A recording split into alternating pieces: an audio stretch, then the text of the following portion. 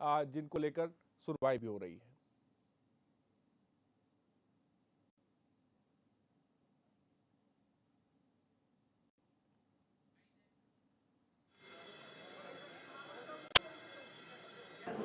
नियम 300 के तहत विधानसभा में सवाल लगाया था और माननीय विधानसभा अध्यक्षा जी से निवेदन किया था कि आंदोलनकारियों को जो 37-10% आरक्षण दिए जाने की मांग है, जिसका प्रस्ताव 2015 में ही राज्यपाल महोदय को भेज दिया गया था। 7 साल से ये प्रस्ताव राजभवन से सरकार और सरकार से राजभवन के बीच में झूल रहा है, लेकिन कोई भी इसके ऊपर गंभीरता से बात करने को तैयार नहीं है। मैंने सदन के माध्यम से सरकार से सवाल किया है कि आखिर जो 36 आंदोलनकारी हैं उनको 10% आरक्षण दिए जाने के संबंध में जब पत्रावली लगातार चल रही है और राजभवन जाती है और वापस आ जाती है, तो ऐसा क्या है कि 7 साल से पत्रावली राजभवन और सरकार के मध्य झूल रही है? तो कई जिसे कह सकते हैं कि मसले हैं, कई मुद्दे हैं और जिसको लेकर सदन में उस पर चर्चा भी चल रही है और कार्रवाई भी साफ तौर पे जारी है।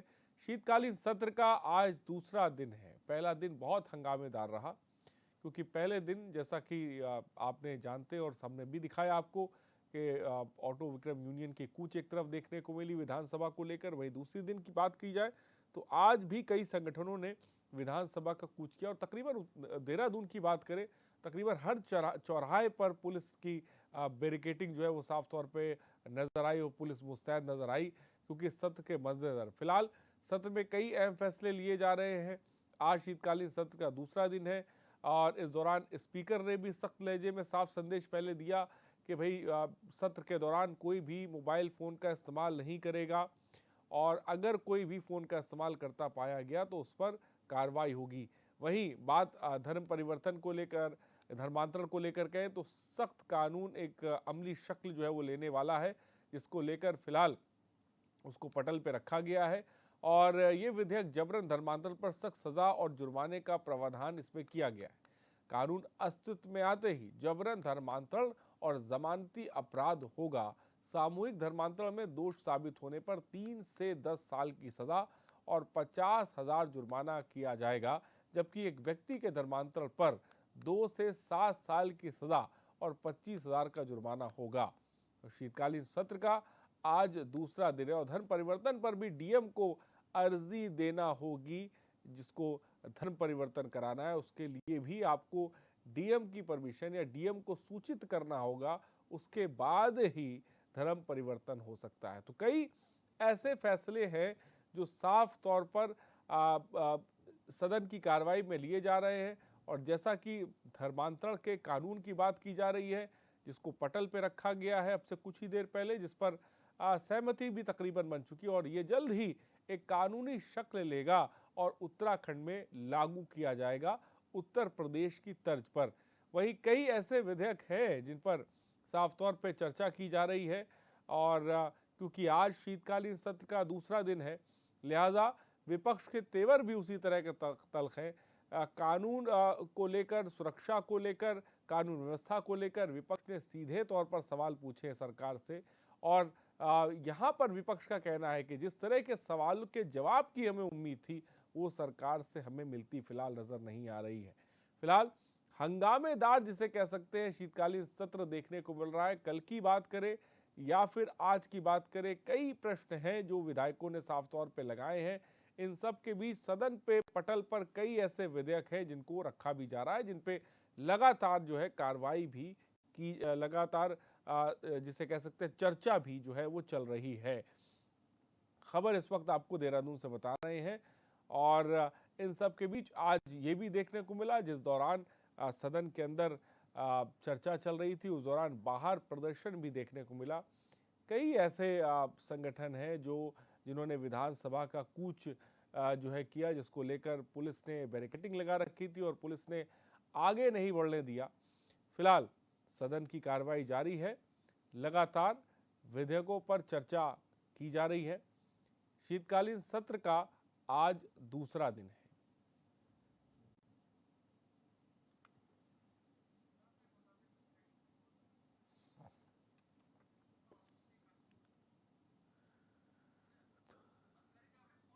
और अस्करी जाफरी हमारे संवाददाता फोन लाइन पे अधिक जानकारी के साथ जुड़ गए। अस्करी, शीतकालीन सत्र का आज दूसरा दिन है। आज सुबह से ही अगर हम बात करें तो क्या कुछ खास देखने को मिला है? क्योंकि आज हमने ये भी देखा कि साफ तौर पर विधायकों को अल्टीमेटम भी दिया गया ऋतु खंडूड़ी के द्वारा कि भी सुनवाई के दौरान, कार्रवाई के दौरान सदन की फ़ोन का इस्तेमाल नहीं करना है, और अगर जो फ़ोन का इस्तेमाल करता हुआ नजर आया उस पर एक्शन भी होगा, कार्रवाई भी होगी। फिलहाल क्या कुछ खास रहा है, मैं चाहूँगा कि बताएं। देखिए बिल्कुल आरिश, आज उत्तराखंड विधानसभा शीतकालीन सत्र का आज दूसरा दिन था। सुबह 11 बजे से सत्र की कार्यवाही शुरू हुई है और लगातार जिस तरह से अगर हम बात करें, चूंकि कल का जो दिन था, पहला दिन था, बहुत ज्यादा हंगामेदार दिन रहा। आज दूसरे दिन भी लगातार जो है सवालों का दौर जारी है, प्रश्नकाल जो है वो जारी है और लगातार जो विपक्षी दल के नेता हैं वो लगातार अब सवाल पर सवाल कर रहे हैं सत्ता पक्ष से, क्योंकि उनका फर्ज भी है जन सरोकारों से जुड़े जो है मुद्दे वो उठाने का, उनका दायित्व भी है, वो उठा रहे हैं। अगर हम बात करें, चूंकि विधानसभा अध्यक्ष ऋतु खंडूड़ी भूषण ने लगातार जो है जिस तरह से तमाम जो विधायक, चाहे सत्ता पक्ष के विधायक हों या फिर विपक्ष के विधायक हों, लगातार वो नसीहत दे रही हैं कि आप जो है बहुत गंभीरता से सदन की कार्यवाही में बैठे, अपने सवाल रखें और पूरा होमवर्क करके आए। साफ तौर से आज जो है सुबह ही अल्टीमेटम दे दिया गया था तमाम जो विधायक हैं जिन्होंने सदन की कार्यवाही में हिस्सा लिया है कि आप अपने अपने मोबाइल फोन को स्विच ऑफ कर लें, चूंकि कल जो है तमाम ऐसे विधायक के मंत्री थे जिनको फोन चलाते हुए देखा जा रहा था, तो कहीं ना कहीं सदन की गरिमा इससे धूमिल होती है। इस तरह की तमाम जो बातें हैं वो आज कही गई हैं, बहुत ही कड़े लहजे में और बहुत ही नसीहत बड़े लहजे में। खुद विधानसभा अध्यक्ष ऋतु खंडूड़ी भूषण ने कहा है कि तमाम जो विधायक गण है, मंत्रीगण है, अपने अपने मोबाइल फोन स्विच ऑफ कर लें। जाहिर है इसमें कहीं ना कहीं व्यवधान पैदा होता है, तमाम जो सदन की कार्यवाही होती है। देखिए आरिश, कल जो है विनिमय विधेयक को मिलाकर के कुल 11 विधेयक आए थे, आज 4 विधेयक आए हैं, कुल 15 विधेयक जो है कल से अब तक आ चुके हैं जिन पर चर्चाएं होनी है। और ऐसा माना जा रहा है, चूंकि जाहिर है जो भी विधेयक पास होता है वो सर्वसम्मति से होता है। ऐसा माना जा रहा है कि आज धर्मांतरण कानून पर जो है सर्वसम्मति से ये बिल पास हो सकता है।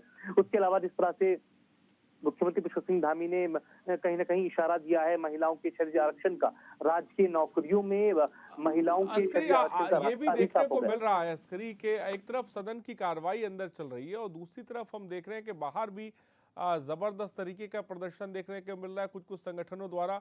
तो किस तरह का प्रदर्शन है, वो कौन कौन से संगठन है और किन मांगों को लेकर प्रदर्शन कर रहे हैं या कूच कर रहे हैं विधानसभा का? देखिए खास तौर से अगर हम बात करें, तमाम जो राज्य आंदोलनकारी हैं वो इस लंबे वक्त से मांग कर रहे हैं अपने 10% क्षैतिज आरक्षण की राजकीय सेवाओं में। इस तरह की तमाम मांगे उनके द्वारा की जा रही है और इसी के मद्देनजर उनका लगातार जो प्रदर्शन है वो जारी है, क्योंकि एक लंबे वक्त से जो है उनकी मांग है कि उनको जो तमाम राज्य आंदोलनकारी जिनका चिन्हीकरण किया जा चुका है उनको 10% आरक्षण मिले। लेकिन अभी ये जो पत्रावली है पिछले 7 सालों से जो है शासन और राजभवन के बीच घूम रही है। इस तरह की तमाम बातें जो है, चूंकि हमने इसके बारे में जो निर्दलीय विधायक है उमेश शर्मा, उनसे भी बातचीत की थी। उन्होंने साफ तौर से कहा है कि इसके लिए वो सरकार को पत्र भी लिख चुके हैं, लेकिन अभी फिलहाल कोई कार्रवाई इस पर नहीं हो रही है। इसको लेकर तमाम जो राज्य आंदोलनकारी है वो लामबंद नजर आ रहे हैं। उनका साफ तौर से कहना है कि जो 10% क्षैतिज आरक्षण है वो उनको जल्द से जल्द दिया जाए। ऐसा हो सकता है कि शाम तक कोई इस विषय पर भी चर्चा हो, क्योंकि बहुत महत्वपूर्ण विषय है, क्योंकि महिलाओं के क्षैतिज आरक्षण के साथ साथ ये विषय भी उठा था। क्षैतिज आरक्षण को लेकर के महिलाओं को सरकारी नौकरी में 30% क्षैतिज आरक्षण की बात कही जा रही थी।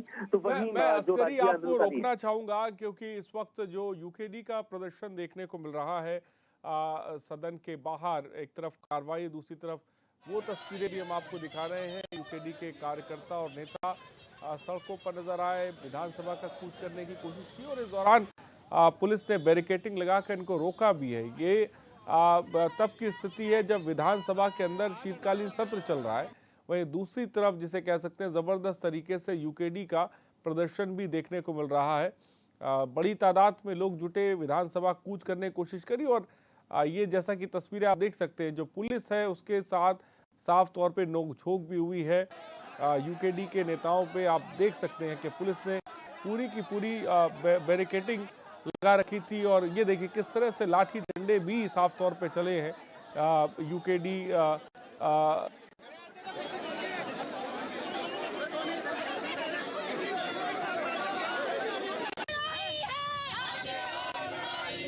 प्रसाद भट्ट यूकेडी प्रवक्ता इस वक्त हमारे साथ जुड़ गए हैं। शांति प्रसाद भट्ट जी, आज यूकेडी का कूच देखने को मिला। एक तरफ शीतकालीन सत्र की कार्रवाई चल रही है, दूसरी तरफ बाहर कूच। सबसे पहले क्या कहेंगे आप?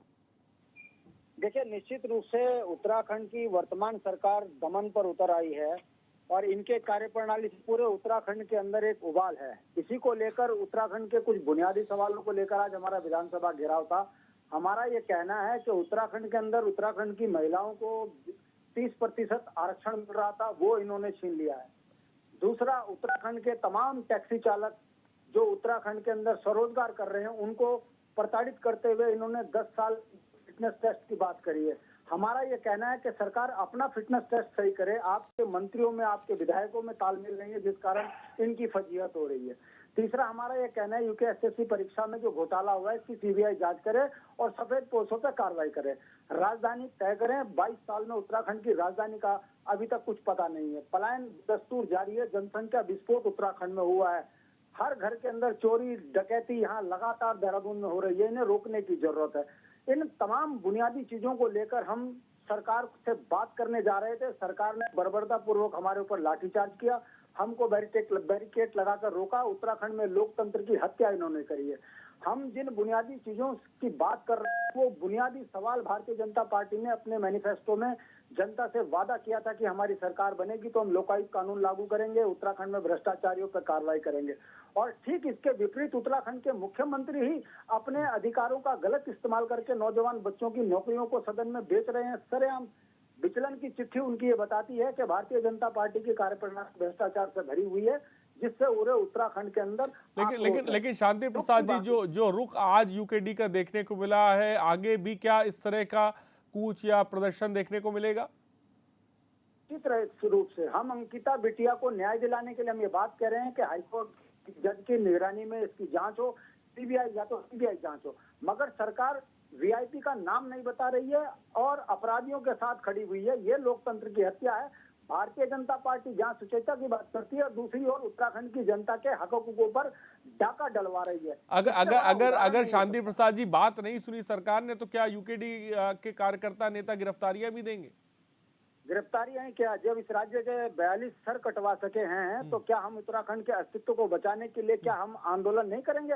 हम जान दे देंगे, मगर उत्तराखंड के बुनियादी सवालों पर भारतीय जनता पार्टी को घेरना नहीं छोड़ेंगे। भाजपा पुलिस के दम पर सरकार जितना ही चला ले, मगर हम पुलिस के दबाव में नहीं आएंगे। सरकार की गलत नीतियों को जनता के बीच में लेकर जाते रहेंगे और हमारा ये प्रदर्शन चलता रहेगा। ये प्रदर्शन उग्र ना हो, उत्तराखंड के नौजवान कहीं भटक न जाएं, इस चिंता से हम सरकार को अवगत करा रहे हैं और सरकार से सिर्फ यही निवेदन कर रहे हैं कि नौजवानों को रोजगार दो, भ्रष्टाचारियों पर कार्रवाई करो। ठीक है शांति प्रसाद जी, बहुत बहुत शुक्रिया हमसे जुड़ने के लिए और अपनी बात को रखने के लिए। और सीधे अस्करी के पास रुक करते हैं। अस्करी, जैसा कि हम बात कर रहे थे, यूकेडी के प्रवक्ता से भी हमारी साफ तौर पे बात हो रही थी। आज बहुत कुछ चीज़ें जिसे कह सकते हैं, जो तस्वीरें हमारे पास आई हैं, जहां पर एक तरह से पुलिस और यूकेडी के जो कार्यकर्ता, उनके बीच बहुत भयानक झड़प देखने को मिली, लाठीचार्ज तक की नौबत आ गई। ये स्थिति कैसे बन गई आखिर? देखिए, जाहिर है, जिस तरह से आपने उत्तराखंड क्रांति दल का जिक्र किया है, एक क्षेत्रीय दल है और लगातार कई मांगों को लेकर जो है लामबंद रहता है सड़कों पर, जन सरकारों से जुड़े मुद्दे उठाता रहता है। और खासतौर से इनकी जो मांग है वो गैरसैंण को स्थायी राजधानी बनाने की मांग है और लगातार कई तरह की मांगे रहती है, चाहे राज्य आंदोलनकारियों को क्षेत्रीय आरक्षण देने की मांग हो। तो कई तरह की बातें होती हैं, कई तरह के मुद्दे होते हैं जिन पर सरकार कार्रवाई नहीं करती है, उनको लेकर के कोई खास विधेयक या फिर कोई समाधान नहीं निकाल पाती है। उसके बाद इन तमाम बातों के चलते तमाम जो यूकेडी या और के अन्य दल हैं वो लामबंद होते हैं और पूरी तरह से जो प्रदर्शन करते हैं सरकार के खिलाफ। तो लेकिन जिस तरह से अगर हम बात करें, लगातार कल से कार्रवाई जारी है और आज दूसरा दिन है। तो खास बात अगर हम करें, 15 विधेयक आ चुके हैं, जिनमें से 6 विधेयकों को तमाम जो जानकारी हमारे पास आ रही है, 6 विधेयक जो है प्रस्तावित कर लिए गए हैं। इनमें अगर हम जिक्र करें, आरिश पहला जो विधेयक है, उत्तराखंड मत्स्य अधिनियम संशोधन विधेयक है 2022। इसके बाद शहरी विकास मंत्री ने उत्तराखंड उत्तर प्रदेश नगर पालिका का जो अधिनियम है 1916 का, इसमें संशोधन विधेयक पारित हुआ है। इसके बाद तीसरे विधेयक की अगर हम बात करें तो उत्तराखंड उत्तर प्रदेश नगर निगम 1959, ये अमेंडमेंट बिल है, ये भी आज कहीं ना कहीं प्रस्थापित हुआ है। इसके बाद चौथे बिल की अगर हम बात करें तो उत्तराखंड पेंशन हेतु अर्हकारी सेवा और विधि मान्यकरण विधेयक 2022, इसको भी सदन के पटल पर रखा गया था, जो समिति से पारित हो गया ऐसा माना जा रहा है। धर्मांतरण को लेकर जो बात चल रही है, इसको लेकर जो विधेयक है, क्या वो भी जिसे कह सकते हैं सदन के पटल पर रखा गया और संसद से पास हो गया? देखिए आरिश, धर्मांतरण और जो वुमेन रिजर्वेशन वाला बिल है, इन दोनों में ऐसा माना जा रहा है क्योंकि जो विधेयक पास होने की प्रक्रिया होती है आरिश, वो 2/3 मेजोरिटी की होती है और सरकार के पास इस वक्त 47 विधायक है। तो ऐसा माना जा रहा है तमाम जो ये विधेयक जिन पर चर्चाएं हुई हैं, चाहे वो कल 11 विधेयक हैं विनिमय विधेयक को मिलाकर के, या आज जो है तकरीबन 4 विधेयक हैं, तो ये सारे विधेयक जो है समिति से पास कर लिए जाएंगे क्योंकि 47 विधायक सत्तासीन पार्टी के पास है और विधेयक पास कराने के लिए 2/3 मेजोरिटी का होना जरूरी है। 47 विधायक है तो जाहिर है तमाम जो 15 विधेयक हैं आज शाम तक ऐसा माना जा रहा है कि सर्वसम्मति से इनकी चर्चा होने के बाद, इन तमाम विधेयकों पर चर्चा होने के बाद ये पास हो जाएंगे। इसमें खास तौर से धर्मांतरण वाला जो विधेयक है और दूसरा जो है विमेन रिजर्वेशन वाला है, जिसमें महिलाओं को 30% क्षेत्रीय आरक्षण की बात कही जा रही है। तो ये दो ऐसे विधेयक हैं जो बहुत ज्यादा चर्चाओं में थे, जिन पर आज सर्वसम्मति से ये पास हो सकते हैं। पूरी संभावनाएं हैं चूंकि एक तरह से मेजोरिटी में सरकार है और 2/3 मेजोरिटी चाहिए होती है विधेयक को पास कराने के लिए, वो उनके पास पूरा है। 47 विधायक है।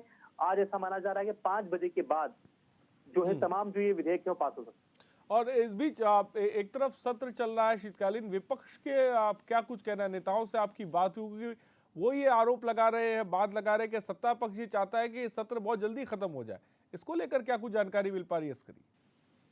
देखिए आदि, जिस तरह से नेता प्रतिपक्ष यशपाल आर्य लगातार जो है कटाक्ष करें, तंज करें सत्ता पक्ष पार्टी भाजपा पर, उनका साफ तौर से कहना है कि सत्तासीन पार्टी के पास बिजनेस नहीं है, क्योंकि जिस तरह से देखा जाता है, अगर हम बात करें विधानसभा सत्र की जो अवधि है वो 7 दिनों की है, लेकिन इसको पहले ही समाप्त करने की मंशा है राज्य सरकार की। इस तरह के आरोप लगाए जा रहे हैं और चूंकि जाहिर है क्योंकि जिस तरह से कल से और आज तक की कार्रवाई देखी जा रही है, लगातार हुल्लड़ हंगामे वाले दोनों दिन रहे हैं। पहला दिन भी काफी शोर शराबे वाला रहा है और आज भी अगर हम बात करें तो काफी शोर शराबा सदन में देखने को मिला है। और कहीं ना कहीं जिस तरह से 616 प्रश्न आए हैं, पूरा एक बड़ा प्रश्नकाल है विधानसभा के पास, तो 616 प्रश्न जाहिर है बहुत कम समय में डिस्कस नहीं हो सकते हैं, इसके लिए एक लंबा समय चाहिए होता है। लेकिन अभी जिस तरह से तमाम संभावनाएं जताई जा रही हैं, और मैं अस्करी रोकना चाहूंगा, गरिमा दसौनी जी इस वक्त हमारे साथ जुड़ गई। गरिमा दसौनी जी, आज शीतकालीन सत्र का दूसरा दिन है, किस तरह से देखती हैं आप? देखिए, निश्चित रूप से उत्तराखंड के लिहाज से बहुत महत्वपूर्ण ये सत्र है, क्योंकि बहुत सारे सवाल हैं जो उत्तराखंड के जनमानस के अंदर कौंध रहे हैं और उसका जवाब सत्तासीन लोग ही दे सकते हैं।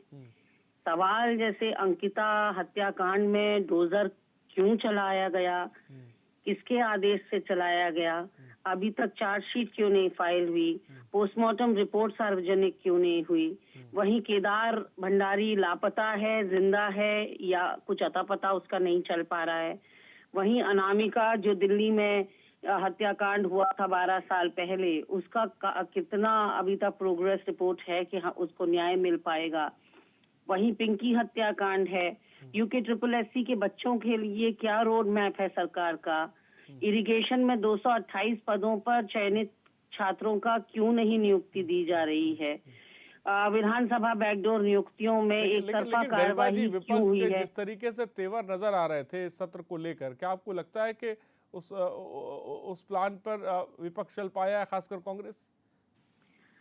देखिए, मुझे लगता है विपक्ष एक सोची समझी रणनीति के तहत आगे बढ़ रहा है और कल भी माननीय नेता प्रतिपक्ष यशपाल आर्य जी ने अंकिता के को लेकर जो सवाल थे वो सरकार पे दागे, लेकिन अब बॉल तो सरकार के कोर्ट में है, सरकार ने बताना है, जवाब तो सब सरकार ने देने हैं। दिक्कत की बात देखिए कि कभी भी पिछले 5 सालों में भी और इस सत्र में भी सोमवार को सत्र नहीं कराया जाता। सोमवार जो कि मुख्यमंत्री का दिन होता है, मुख्यमंत्री के जो विभाग होते हैं उन पे सारे सवाल जो लगे होते हैं वो जवाब सोमवार को दिए जाने होते हैं। सबसे ज्यादा विभाग मुख्यमंत्री लेकर बैठते हैं। हमने त्रिवेंद्र जी के समय पर देखा 40 से 42 विभाग उनके पास थे। तीरथ जी के समय पर, धामी जी के समय पर, और धामी जी का ये सेकंड टेन्योर चल रहा है। ऐसे में सोची समझी रणनीति के तहत सत्ता पक्ष जो है वो मंगलवार को शुरू करता है सदन और 2 दिन के अंदर समाप्त कर देता है। संविधान कहता है, या उत्तराखंड की कार्य संचालन समिति जब उत्तराखंड का गठन हुआ ठीक है था गरिमा जी। तब हाँ। निर्धारित हुआ था कि 60 दिन कम से कम चलेगा सत्र। लेकिन हमारे वहाँ दुर्भाग्यपूर्ण बात है कि पूरे साल भर में 15 दिन चलाना मुश्किल हो जाता है सत्ता पक्ष के लिए, क्योंकि शायद सवालों के जवाब इनके पास नहीं है। ठीक है, ये तो इतना सवालों के घबराते जवाब हैं। नहीं है, ये बात गरिमा दसोनी जी कह रही। बहुत बहुत शुक्रिया गरिमा जी हमसे जुड़ने के लिए, अपनी बात को रखने के लिए। अस्करी आपका ही बहुत बहुत शुक्रिया हमसे जुड़ने के लिए, तमाम जानकारी देने के लिए। तो फिलहाल शीतकालीन सत्र का आज दूसरा दिन है और कार्रवाई लगातार जारी है।